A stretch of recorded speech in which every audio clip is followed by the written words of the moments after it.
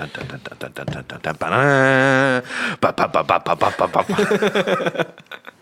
supposed to talk while I did that, so it would be in the background. I was going to just wait so I can cut it out later.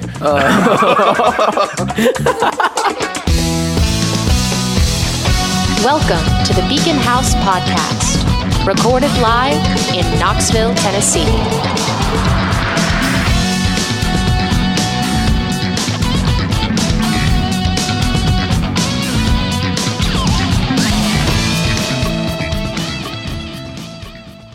And that's why I think Mary Poppins is a pedophile. It's good theory, right? Does she come down the chimney? What did Mary Poppins? Who was the guy that in the chimney? That Dick Clark? No. That was Dick Clark. Yeah.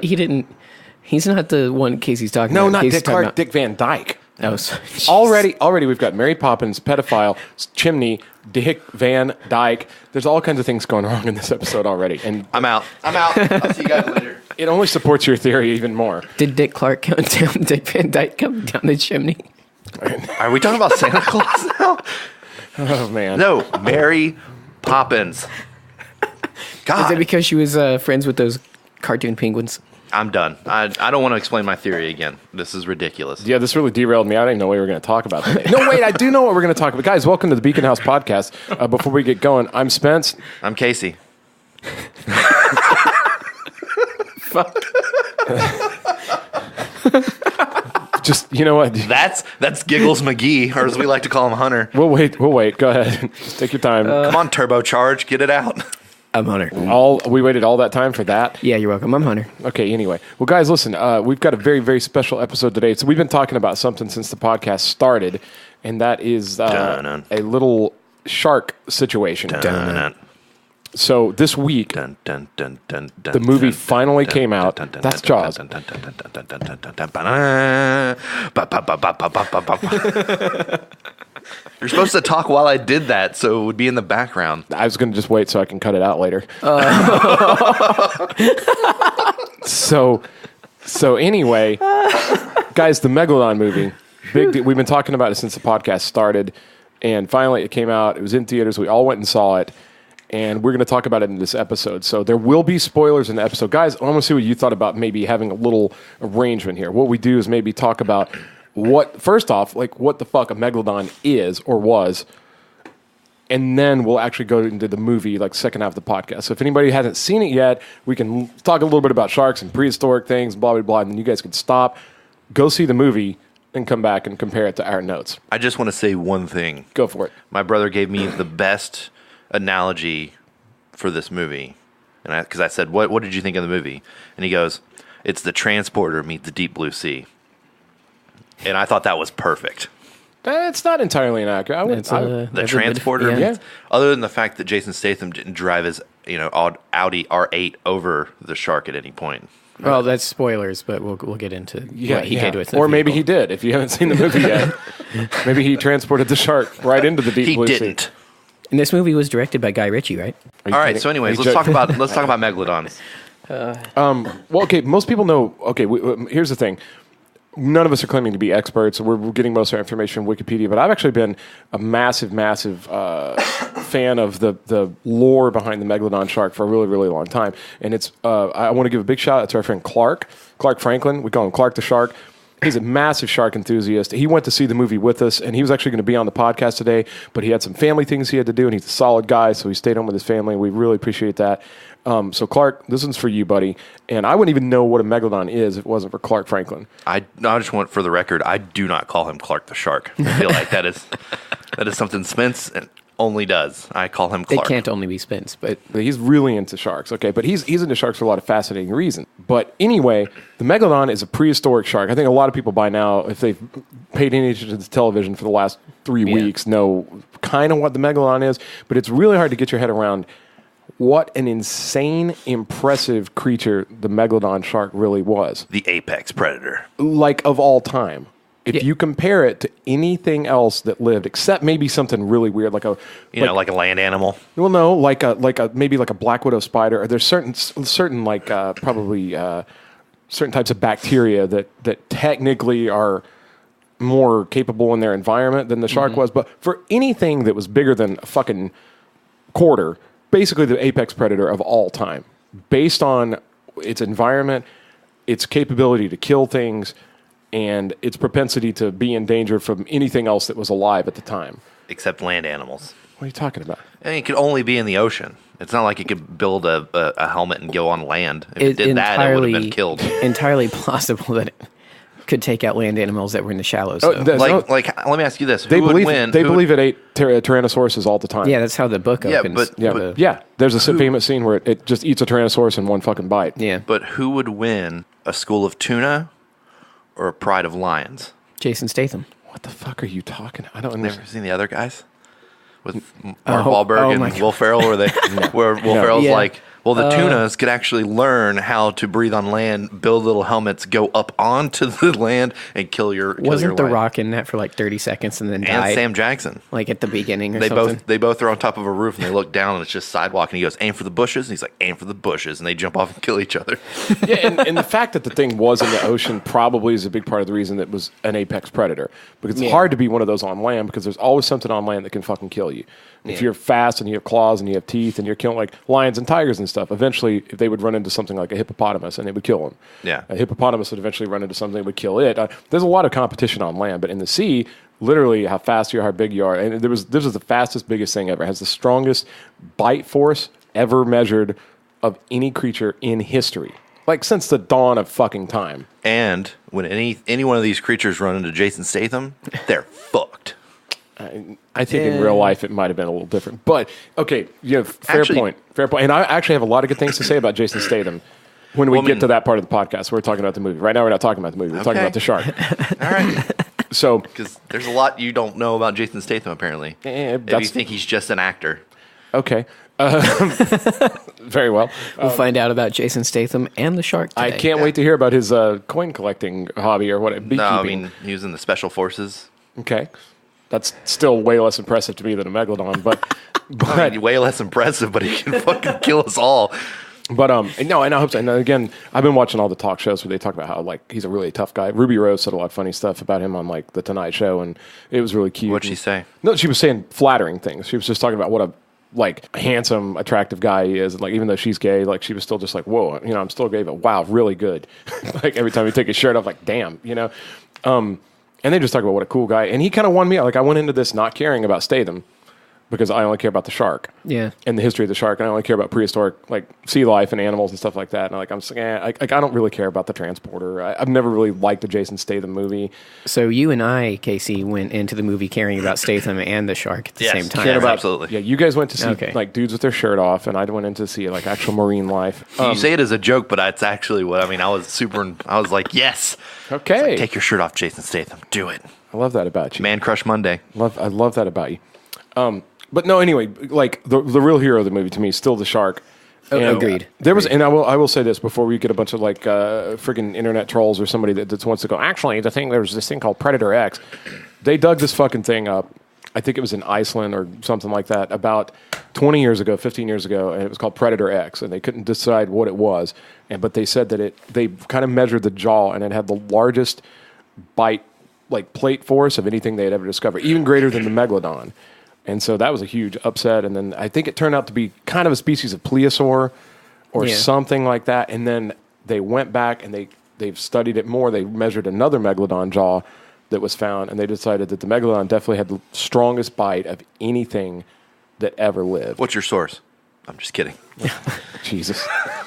I don't care if the Megalodon was the strongest, though. I mean, that's one of the cool things about it, but it's just a scary concept in the first place. Because you were talking about competition on land, but even in the ocean, when this thing was going around, and it might still be, Megalodon had to compete with plesiosaurs, mosasaurs, Leopleurodon, and all those big ass. And you know what? I really wanted to like do my research about that kind of stuff. I'm not sure that it actually existed at the same time as Leopleurodon.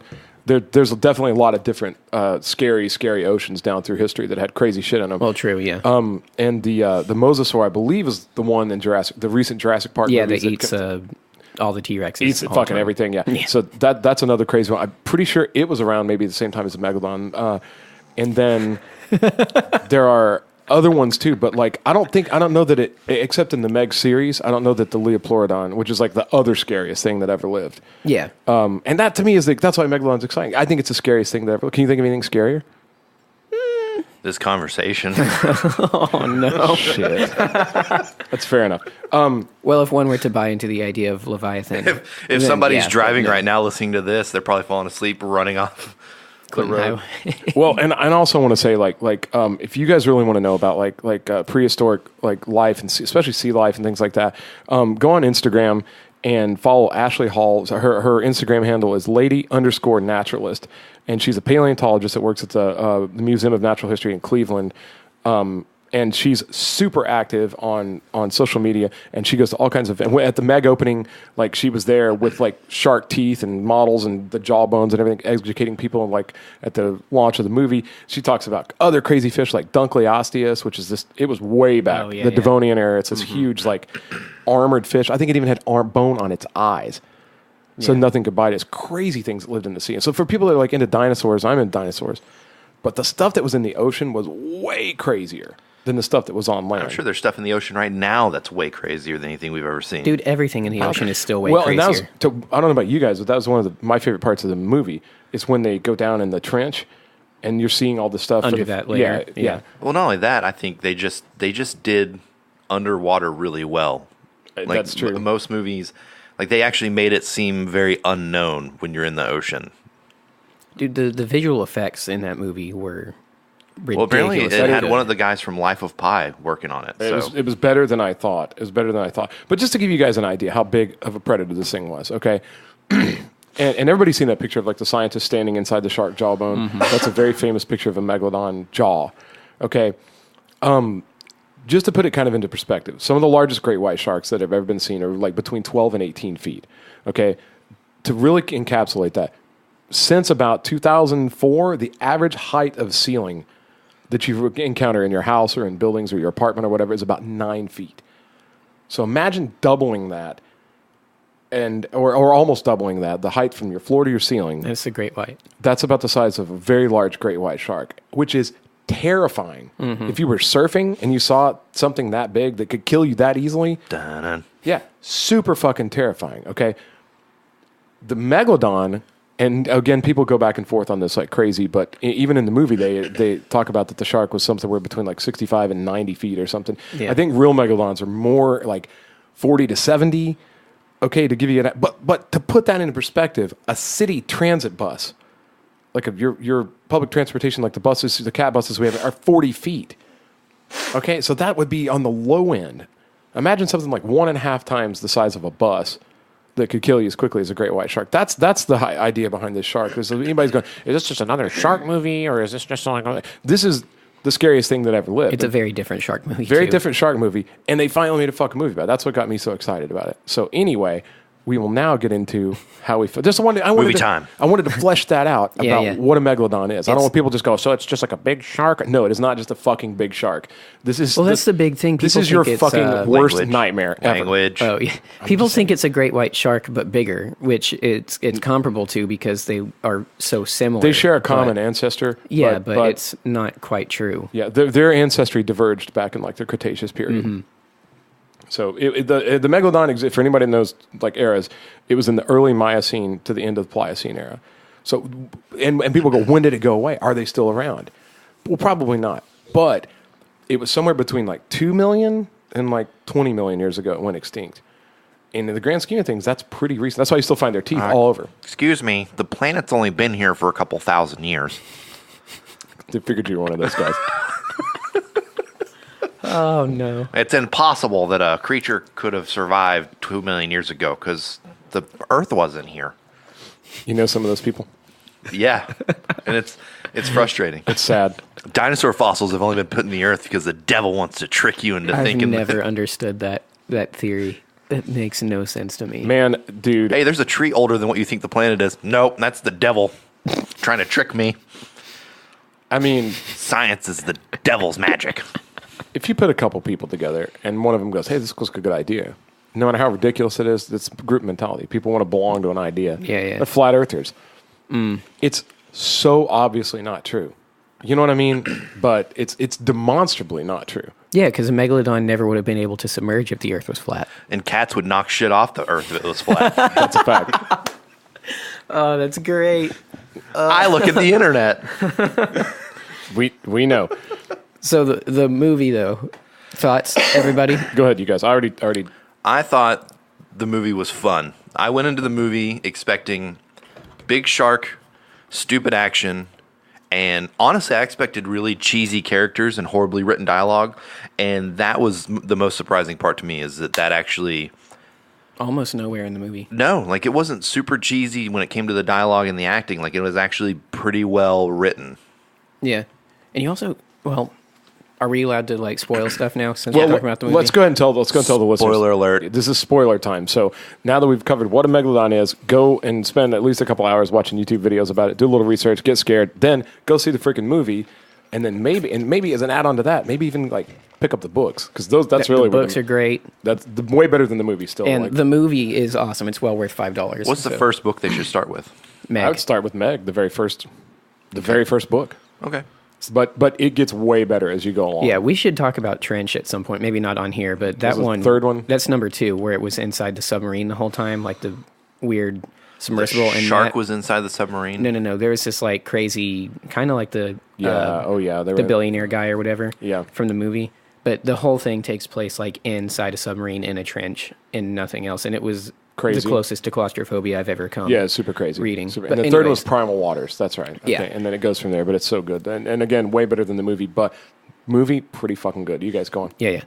There were 2 sharks. You went in expecting a big shark, just big shark and a lot of fun, and we had 2 big sharks in the Yeah. movie.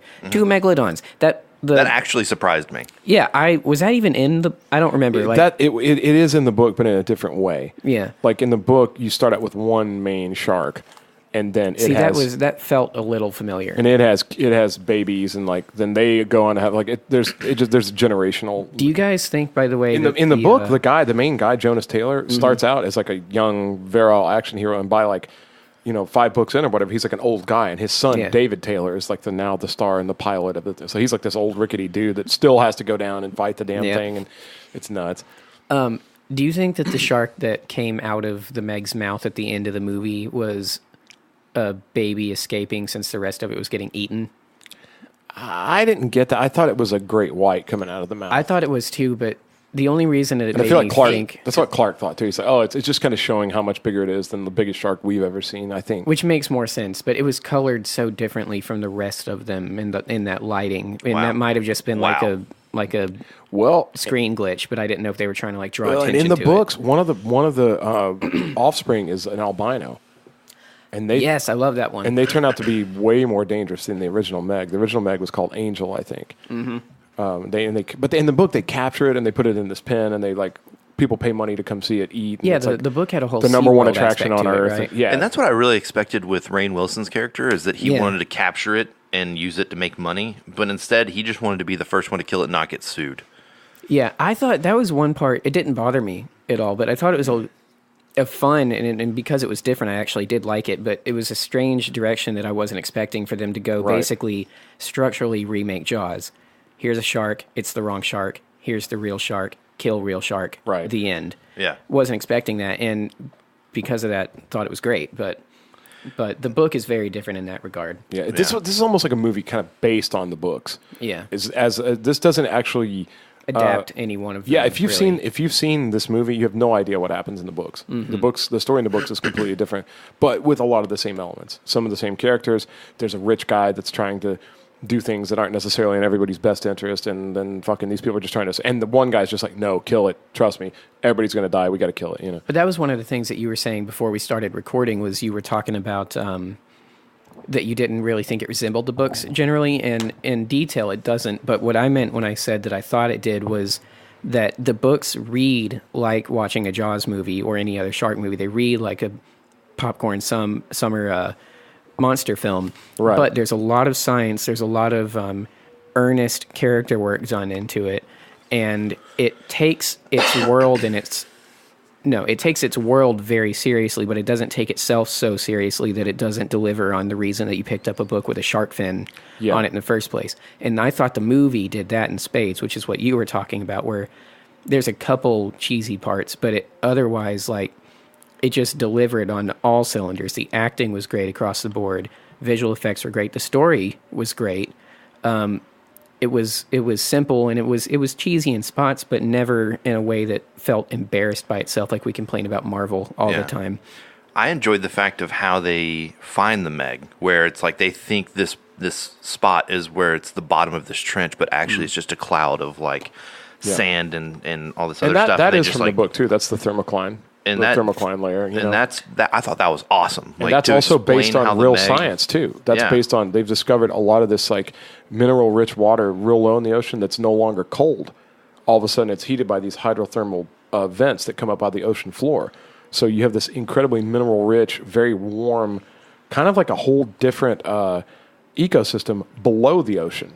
And that's sort of what, again, Steve Alton, the guy that pioneered, he wrote the Meg books, he wrote this movie, he pioneered the theory behind the Loch Ness Monster. All this stuff is based on real discoveries. And he just writes these awesome stories about it when they discover that maybe the bottom of the ocean isn't the bottom of the ocean. What could be living down there? And in the movie, the Meg, I'm sorry, not in the movie, in the books, the Meg is blind, completely blind, because it's been living in complete darkness for... That was actually one of the things I knew was very different, but it was...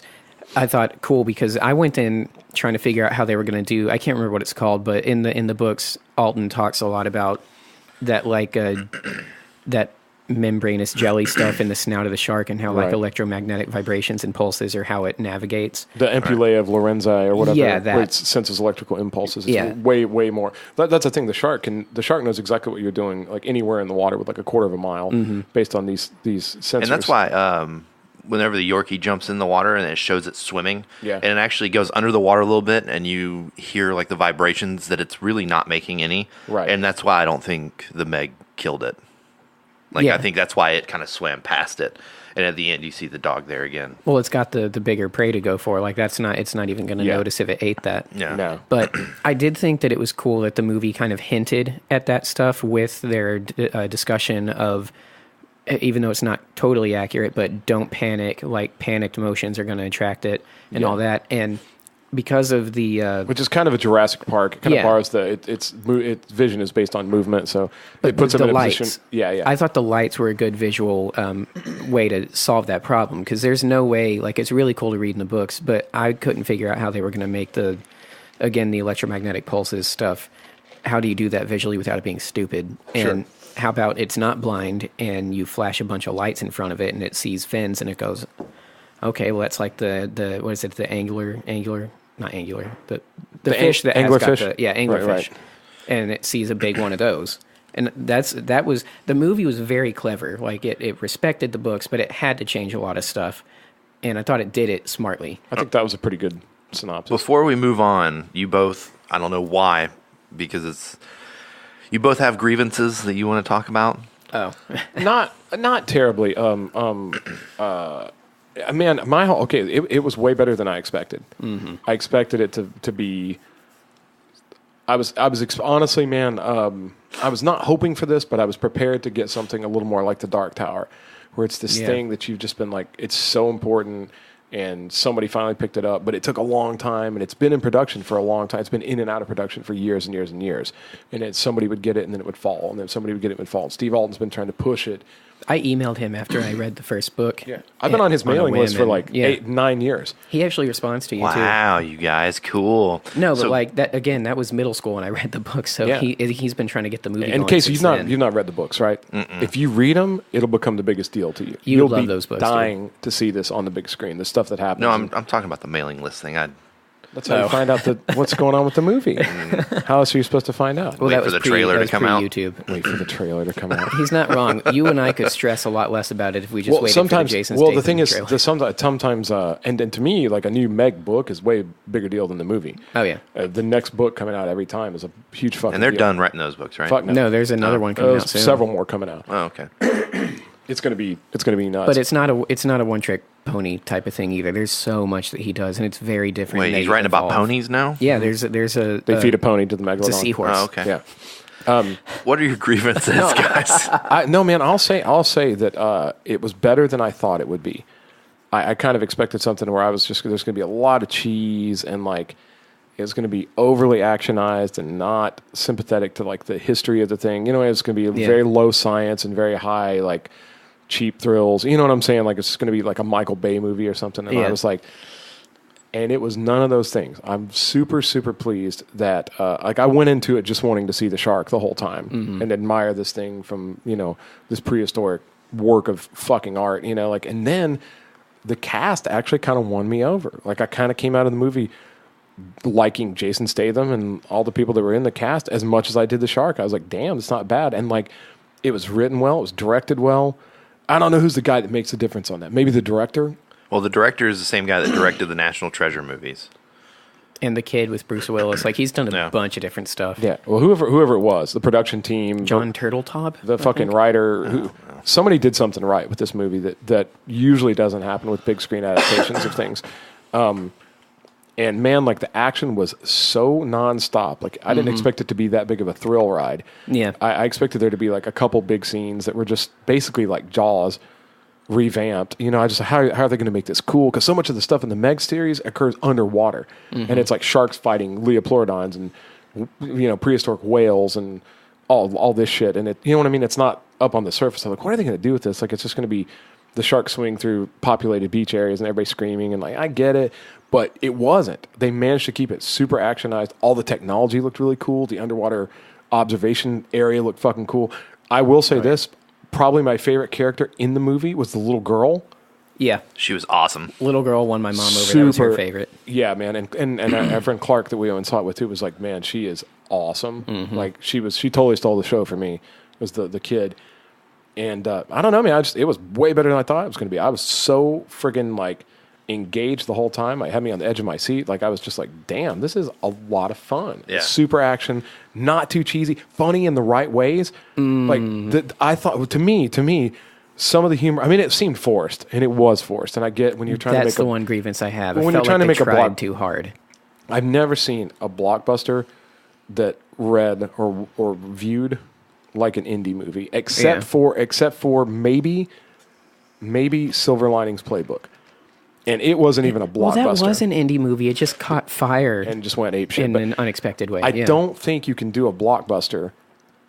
And I think Meg is sort of designed to be a blockbuster. It is absolutely. Big summer action movie. You know, fucking, you can't make one of those without some of this like kind of like canned humor and this cheese, and the action star has to have all these dimensions. And like at the end when he sees the dog and he saves it, but he's cranky about it. You know, I thought that was charming and cute. You know, well, I agree. I liked a lot of the humor in the movie. It wasn't necessarily that I thought it wasn't some of it fell revolutionary, flat, you know? but I thought it was undercutting some of the tension, and not much because the movie was very well done all across the board. But I was just getting tired of every single scene has to have like 5 jokes in it minimum. Like that was the one I could see the producer behind the director being like, okay.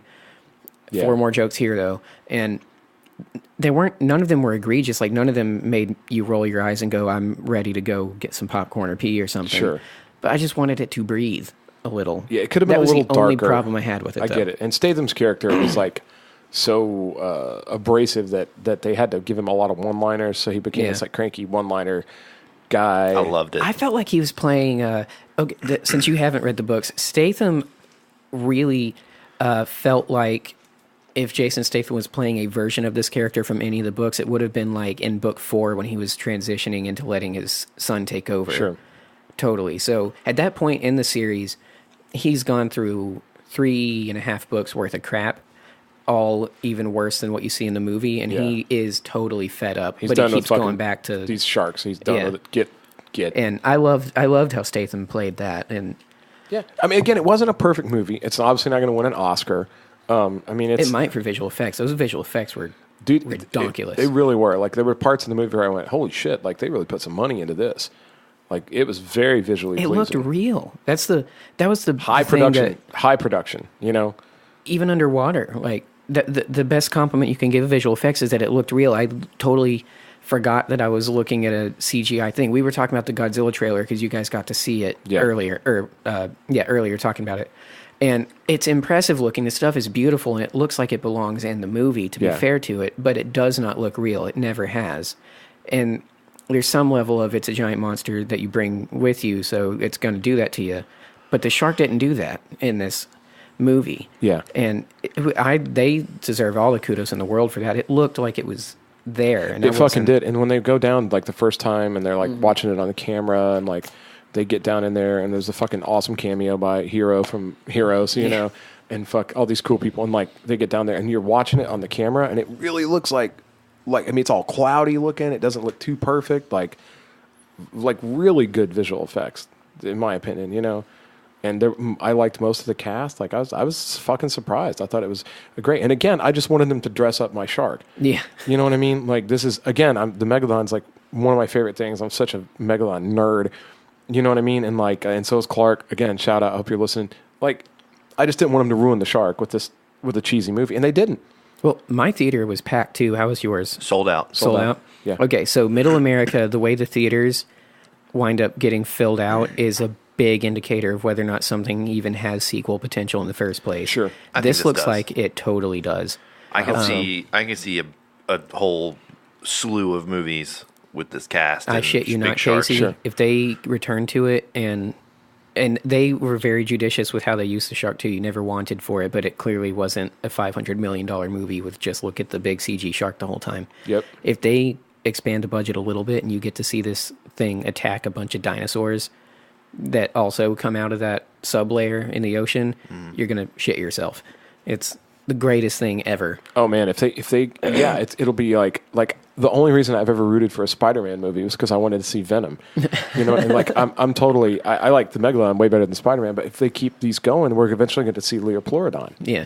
Which is his other big. Leopleurodon was the Magical biggest. Leopleurodon, yay, Charlie! That's all I ever think about. It's the one. It was like the biggest and most dangerous reptile that ever Yeah. lived in the water, and Megalodon's actually a fish. You know, but those two, you don't fuck with them. No, I What haven't about even, the big crocodile? Vostok? I forget. I don't know if That's is a still like crocodile. way smaller than these things. These are giant. There was a thing that lived called Leviathan Melville. It's named after Herman Melville that wrote Moby Dick. They assume that he might have written about. It's the biggest whale, like a huge sperm whale, and it's Megalodon, Leopleurodon size. And actually, later in the books, it shows up to fight with them too. It's fucking crazy. Isn't it? That's what In the Heart of the Sea is about, right? Like, isn't that supposed to be the Moby Dick actual story. Yeah, is that? And I never saw that. That I movie didn't that came either. out. It was supposed to be It looked a great. modern retelling of the Moby Dick story, and it looked fucking What movie? nuts. In the Heart of the Sea with Thor? I thought that was set back in the times of Moby Dick, not. No, it was. Yeah. It's, Oh, okay. That's what we were saying. It's the Moby Dick story, but they were trying to like tell. Like it came out a few years ago. It's Yeah, a it was recent- like a 3-4 recent years movie. ago. Yeah, It looks so good though. it looked fucking good. I'm so grievances with the movie. Not, like minor ones. Just that it. I don't know. I would have preferred like a much darker, scarier Yeah. take on it. And I realized they can't do that, so I sort of adapted to like a little bit of the cheese in the movie, and I get it. I get it. Like it was. Like we'll never get Book 2 as a movie. That will never ever get made. Yeah, and that's okay. It So is I okay. have very minor grievances. I think that was basically it. Just like some of the one-liners, and then the story of like Jason Statham like turning into a family man, right? Like while they're on the pontoon boat and the fucking thing's coming up behind him, and he's like learning to get used to that woman and her daughter. Like I was like, yeah, I get that they have to take the story somewhere, but I was like, this is It was just trying to bite off more than it could chew. yeah. Shut up! It had a megalodon You size. shut your It's mouth. okay. You shut. I support that. God, I support that 100%. hate both of you. What were your? Did you? Yeah, no, I totally interrupted you with mine. It was literally just the humor, and Got not that it. it existed, but like I said, it wouldn't let it breathe. I wanted it to stop just a little bit Sure. in scenes. But And I kind of think had a that's hard time really buying minor. that the same guy that like at the beginning of the movie, again, spoilers, at the beginning of the movie, like closes that airlock and like basically like abandons those guys and they die. And he's this like hard-nosed guy that's not afraid to make decisions that could result in the loss of like a bunch of dudes' lives and stuff. And he's that tough. Is also the guy that makes googly eyes at the kid, like when he's trying to teach her a lesson. He becomes Mr. Mom. I'm just like, I feel like maybe I don't have a hard time seeing that. Though. Yeah, I mean, think- it's- maybe there's too many dimensions to this character. I think when there's like this rough, tough dude who's had to make a tough choice that killed people, and you put a kid in front of him, he's still gonna treat the kid like a kid. Yeah, like she's- he's not gonna be like, I've seen some things, done some shit. I wouldn't recommend it. No, it's like the kid's gonna be like, hey, Mr. Crazy. He's gonna be like, hey, kid. Yeah, but no, that's what I'm saying. I agree with that. I was expecting that, but I think it went a little beyond that. Like when he's doing like the eyebrows and stuff, I was like, stop it. He got a little soft, I think. I mean, he did, but thank God, because I ate up all of that. That's That was great. So there's a little something for everybody, but I like where they kept it. I like it wasn't the space. I wouldn't have made the movie that way. I would have made it a little scarier and weirder. I would have made it more like Event Horizon or something. Like there would have been like, Which would have been dope, but it never would have made money. true. So and that's my thing. I know that this is the only way forward for the Megalodon if we want people. And again, I want to say this. Again, shout out to Lady Naturalist on Instagram, who's like always pushing like education about prehistoric life forms and fossils and paleontology, and it's so fucking cool.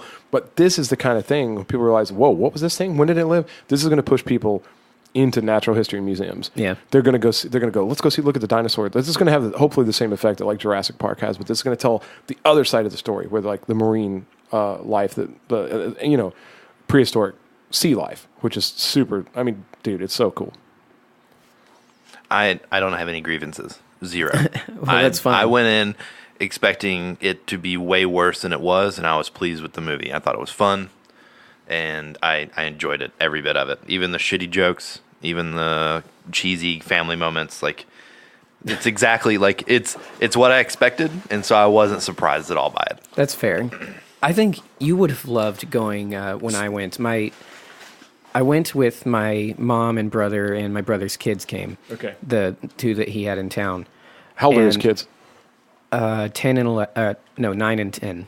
No, 10 and 11 because she's about to turn 11. You're the worst uncle ever. I am. I've got a lot to keep track of, Casey. And what did they think about it? Were they like... Well, this is why you would have loved it. Okay. They loved the movie, and they were all about it. I was sitting next to my niece, and as much as it drove me insane to have her hand come up in my periphery and just like do stuff constantly, Right. Like on that level, I was like, please put your hand down. But objectively speaking, she was in that fucking movie big time. Like as soon as it started, she was sitting there. She was like mouthing little things to the characters. I don't know what she was saying, but I think she was shit talking some of them or something. And she was like, whenever something cool was happening, she did this weird like, yeah, like putting her hand up in the air, and then she'd start thumbs up in the screen. And I was like, what are you doing? And when Rainn Wilson is about to eat it, she fucking hated him so much.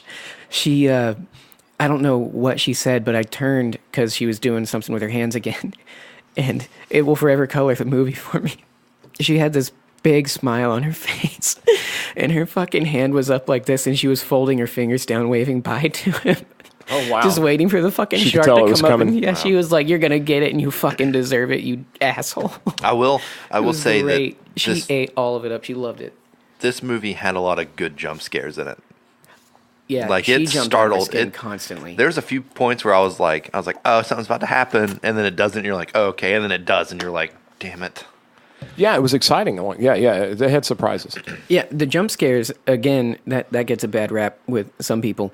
They were good jump scares because there was none of the whole like, oh, it was a cat in the cabinet or anything. Yeah. Every jump scare was something to be worried about. Yeah. And Yeah, they weren't cheap. yeah, that was the really other thing though. With Haley sitting next to me, every time something happened, and I was like Casey, I felt real good about most of them. Like, I see what you're doing, movie.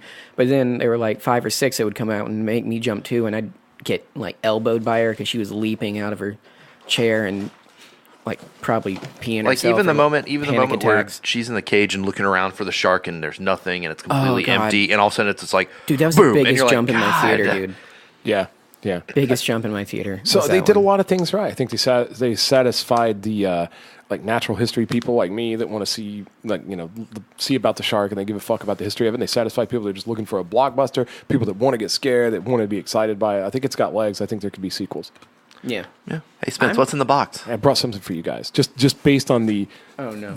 I wanted to show you guys one of my most valuable possessions. It's a Meg tooth. It's a Megalodon tooth. Oh, and shit. I brought it for you guys. I keep it in this little box. You can open it up. You can touch it here. We'll put this on Instagram so you guys can see it. Oh, yeah, whatever, we but need to show this to people. It's only half a tooth. That's only half a tooth. Yeah. That was given to me by my friend Shauna. Shout out. She's been my homie Good forever. God. Think of the mouth that came out of. Yeah. Like to me, It was bigger than To me, Casey's. touching this is the most exciting thing. Like to think that you're holding the fucking thing's tooth or part of a thing's tooth.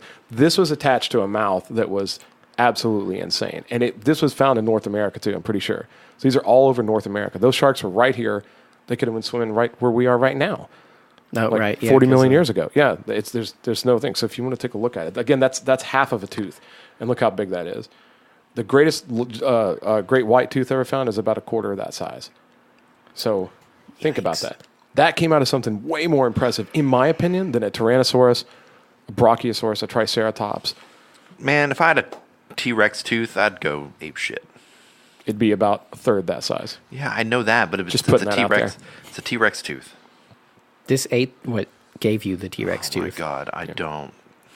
There's a lot of Context is everything, Casey. It's so weird that this is like some big dick competition for you guys. The Megalodon could eat your fucking T-Rex. Fuck your T-Rex. My Megalodon will eat it. Okay, cool. My dad can fight your dad, I guess. Sure. Megalodon's fins were bigger than your T-Rex's Are you arms. really a big fan of the T-Rex? Is that your guy? I should actually be. no. It's a great I'm a big fan dinosaur. of the Velociraptor. You- Even though the ones that portrayed in Jurassic Park or Jurassic World are nowhere near what they actually look like. They actually more look like birds. Yeah, they're also a lot smaller too, aren't they? Like actual velociraptors Yeah. are. Yeah, and a like, lot of They're people like tall. covered in feathers. I lot mean, of they're still people are- vicious and they're still like pack hunters. They'd still kill you if Yeah, you're a human being. but- but Its ancestor, or the emu is more of like its ancestor. So that's a good comparison. Well, right and there's a there. lot of people these days they're mad if you show the dinosaurs looking like they looked in Jurassic Park. They're like, no, they had fucking feathers. And then other people are like, well, maybe they didn't, and like, or maybe they had a few feathers, but they weren't covered in. They were like giant chickens, you know. And like, The leading theory now is that it depended kind of on the type of dinosaur it was, what they ate, and then their size, which makes sense because I guess the feathers would have been like a heating system. hold that over of here. sorts. Let's go. This is happening right now live on our Instagram. But Hunter's going to show you the Megalodon tooth right there. Look at this thing. I don't know. T-Rex is definitely mine, and that probably stems from Jurassic Park. But again, there's King Kong and all that other stuff. T-Rex has always been like the king dinosaur in fiction, and it just looks too cool. It's really big, and it looks You know, they're saying now they think the Tyrannosaurus may not have been like a big predator. It may have been more of a scavenger. Yeah. Because it's built too heavily to like chase things. It might have been more just like it comes up on a carcass and eats the fuck out of it. It wasn't actually like a super predator. It might have been kind of like a just come along and clean up the here we shit. go again. They can think that, but King Kong had to fight 3 of them off of Naomi Watts. So Oh my god. Yeah, King Kong had a hard time with it. I get that. Why? All right, so man. well, what else you guys got? are you curious? I wanted to now? do a whole fucking episode talking about prehistoric life, but anyway, I I would love to do that at some point, but we need. feel like Casey wants to talk about a horror movie or a video game or something. No, I'm good. Are you excited at all for like if this means that they make a movie about the Loch and all that stuff too? Like, Yeah, absolutely. I'd be totally down for them to do all of his books, and like, I don't think they will. I don't doubt it too, but But I like the idea of Jason Statham fighting prehistoric sea animals. I think that'd be cool. that's great. I'll sign up for every one of those they make. Yeah, I mean, I'm in. I liked it. I'm down. I'm anxious to see where it goes. Until they do a shit one, I'm totally in. And I think that the mom, her actress name is Lee Bing, I think. Mm-hmm. She was great. She was actually my favorite actor in the whole movie. Just throw that out there. Yeah. She had the most, I guess, to do with actual acting, and she did all of it really well. But that kid was also pretty kick-ass. They did so well. Everybody in that movie was awesome. DJ got on my nerves a little bit. Nope. But it was He's only awesome. at the end because he would not stop making jokes. I absolutely loved it. He was great, though. When he hit He the was water. great. When he hit the water and he's screaming, the little girl's like, "Shut up! You have you have a life jacket on." And he's like, "What? Oh yeah, that's right." And she's like, "God, would you quit?" No, then he tried to protect her. Come here, I got you. He's like, stop talking. So what would the sequel be? I don't know, dude, because Spencer's not wrong. They went a real different direction with it. They didn't establish the Tanaka Institute at all or any of that stuff.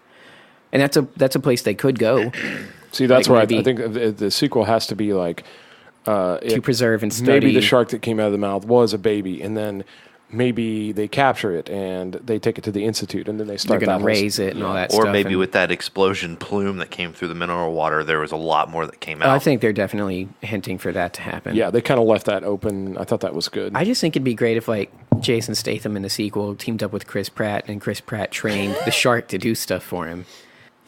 Get out. Just gonna hit your microphone in your face. You do it like once an episode now. That is so frustrating. No. Although in the Jurassic World movies where Chris Pratt basically trained Blue from a baby to be more domesticated, I totally have no problem with that whatsoever. People do that with animals all the time now. And so people being like, oh, the smart velociraptor. And I'm like, yeah. They never make it seem like it's his pet. They're also genetically modified to be smarter. So sure, why not? That actually is a pretty good argument. I kind of had a problem with that too. That like, oh, he's friends with the dinosaur. I was like, come on. But again, from infancy and the movies, even the newer one, every single time he has to get down there and be real careful because Blue still wants to eat him, like as soon as she sees him for a second. Right. Yeah. So there's they didn't take all the danger out, like just like a circus lion. Yeah. I thought Fallen Kingdom was a great movie. I did too. I thought it crammed too much in. I thought the Bronchiosaurus scene at the end where he's getting burned alive on and all the dog. that. I was like, no, someone go back and save it, please, for the love of God, someone go back and save it. Yeah, that was really sad. That's probably the best. And our friend Rachel thought that was probably the best scene in the movie too. It is, and I agree 100%. I don't know the end. The Indoraptor so being like a ghoul from Nosferatu on top of a. No, I'm talking about the end where they unleash dinosaurs into the United States. Oh, I'm excited for what that means. Yeah. The next Jurassic World movie is gonna be awesome. Yeah. Just like people running around in the city. Like, there's nothing better in my mind than a movie that's gonna be a Jurassic World, like, post-apocalyptic movie where people have been wiped out because dinosaurs are back. Yeah, that's gonna be pretty cool. And that looks like where they're headed with it. If they keep doing them. They've been trying to do that. The last one kind of got shitty reviews, so you can see the franchise, even the new one, kind of declining a little bit.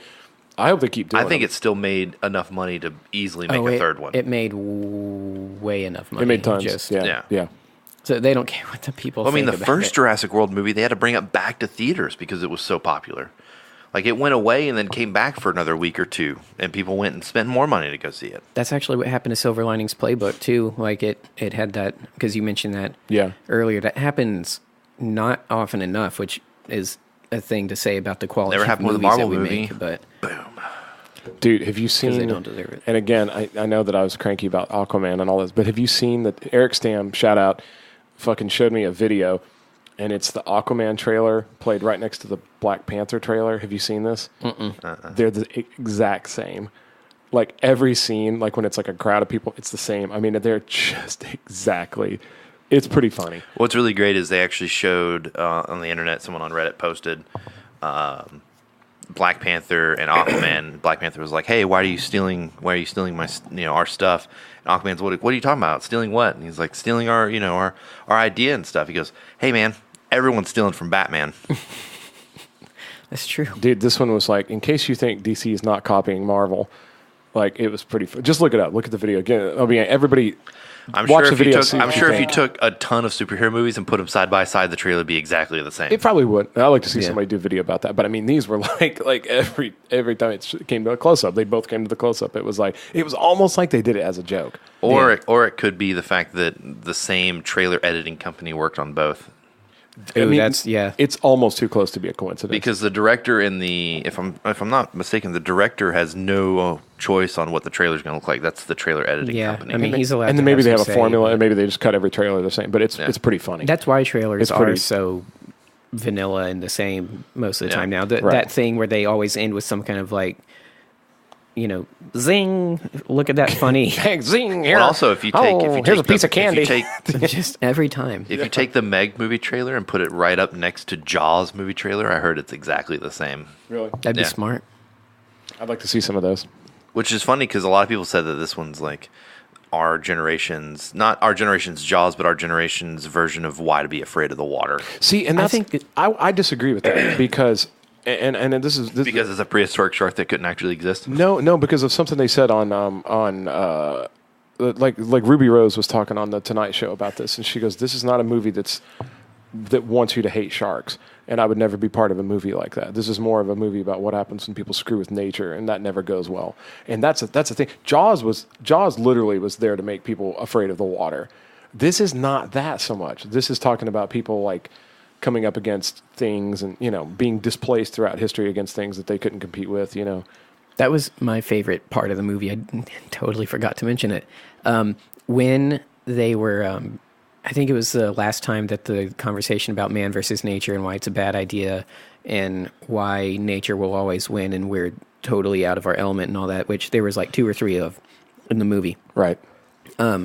Tastefully done, not preachy, but all of a sudden, don't hate me for this, Casey, it brought me back to like the best of the Godzilla series because they're all about that too, and this new one coming out next year is also doing the same thing. And I was like, Ishiro Honda, wherever he is real happy with this movie, and this is a film that he would have directed and been proud of the way that it was done. You got all your good story, you got all your monster stuff, and there's plenty to have fun with, but somewhere in there he's going, also, don't be fucking stupid. We share the planet with everything. Totally. I loved it. Yeah, absolutely. I'm fine with that as a recurring theme in movies and stuff that are coming out. You know, like I think it's. What about? So, what you guys see anything else cool? We're sort of on this side of Shark Week now. We're just post Megalodon, but before the that Aquaman trailer. God. Okay. Well, Why do we? Why? yeah, I got nothing. I got nothing else. See, to I say. feel like this is the problem when we come prepared with a topic entirely. Like when we come here and do a podcast, we sit down and we talk, and it's just us talking. I feel like we can't stop talking about stuff. But when we come in with a topic already pre-planned, I have big pockets of silence, and it's a different ball game for sure. Yeah. It is, yeah. Sure. this has been a nice episode. I've I've enjoyed got it. way more to say about prehistoric life, but Yeah, but you don't want to yeah, put how much Casey to time we sleep. have. Casey fell asleep during Yeah. that. So. Well, why don't you guys let us know down in the comments? Like, subscribe, comment below. Let us know what you think. Was this a shit episode? Was it a good one? Yeah, yeah. Should the shark eat us? I will We'll say a stop lot of fucking people. talking. A lot of people recently in the YouTube comments have been saying that they wish we'd go back to talking more about movies. That's not what I've heard from people.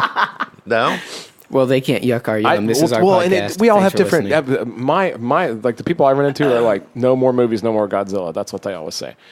But Godzilla but fits you in guys have everything. different. do they write it down on YouTube or put a reviews up on iTunes or Spotify, or they just tell you personally? That just people come to me personally and say that. Well, they need to put it down in the comments. But we below. did one recently. Where we talked about movies the whole time.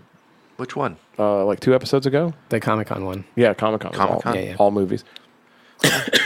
But I'm fine talking about movies if that's what we want to talk about. Just I think we need to. If we're going to talk about movies, I think at some point we need to talk about something besides like I don't know, like what's your favorite horror movie? I think we need to, or what's the new horror movie on Netflix? I think we need to just. Well, I think we could probably make it to where we could start doing movie reviews as bonus episodes, like we've been talking about for a while. I'm fine with that. Like a 30-minute movie review. That way Man, we get it out. The only thing, maybe 30 minutes, maybe that's the trick. But the 2 that we did, when I was going back listening to those to try to edit them, like it was real hard to not fall asleep. Those Yeah. were boring real fast.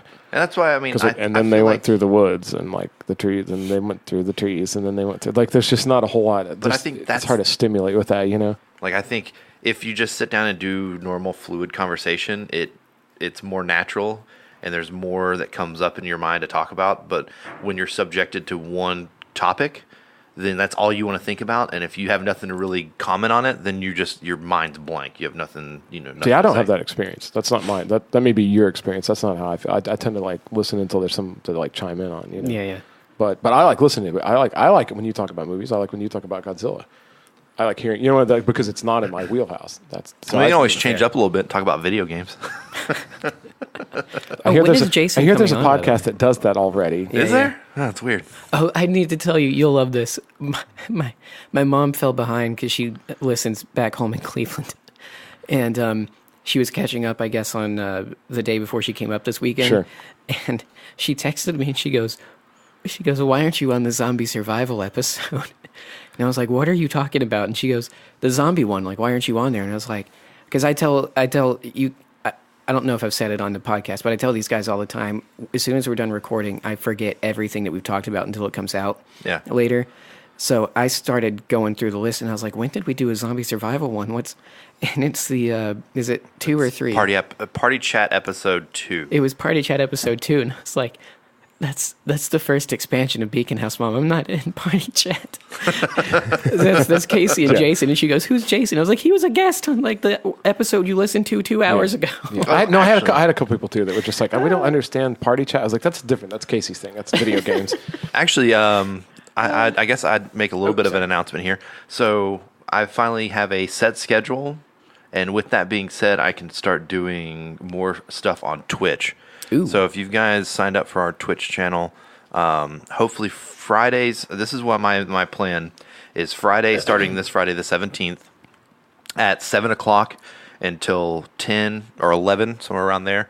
I'll put up every week. I'll put up a poll with our other awesome polls about what game you guys would like to see being played. I'll hopefully sometimes get these guys, if they have a Friday off, to come and join me. For the scary ones, that's going to be nothing but entertainment for you guys. Outlast 2, I think that'd be a really fun one. I still have Oxen free to play, which I know you and Libby both told me I should check out. Oh yeah, she's dying for me to play that one. You would dig it, Spencer. I know Spencer right now is completely tuned out, and he's like Twitch. I don't know. I'm done. No, not at all. I'm fine with it. It's He not loves my Pong. thing. It's fine. Yeah. But I like checkers. But he likes sitting outside the old diner playing checkers. Yeah. Do you go to Cracker Barrel and play the checkers? You know, I actually had a trainee recently that I had to pick up in the mornings and drive her to campus. She lived near me, and she was super into gaming. And we would talk about games all the way to work. She was like real into Borderlands 2. Borderlands is great. All kinds of stuff. We talked about it a whole lot. Did you put her towards party chat? Did you What? Go check out this. No, video? I did. I totally. I don't know if she ever listened to it or not, but I totally did. Sweet. Anyway, guys, thanks for joining us today and talking about sharks and other things and movies. And we did talk about movies the whole episode. Yeah, we did. So There's going to be a lot of people upset with you, but they're not going to write it on comments on YouTube or iTunes or Spotify to let the rest of us know. they're not going to give us a review. It's like, hey guys, if you don't know, I'm the social media kind of guy. So if you're not letting me know that you don't like us talking about movies, I can't tell you that I don't care and we're going to talk about movies. So if you could just like, subscribe, follow us on Instagram, Twitter, the Beacon House Knox, YouTube, Beacon House Podcast page, Facebook. Oh man. Well, thanks for tuning in, guys. Please go see the Meg movie. Please go to your local natural history museum. Go check out some fossils. Get involved. Do the right thing. I'm Spence. I'm Casey. I'm Hunter. Hail Satan. Chew on this. Oh my.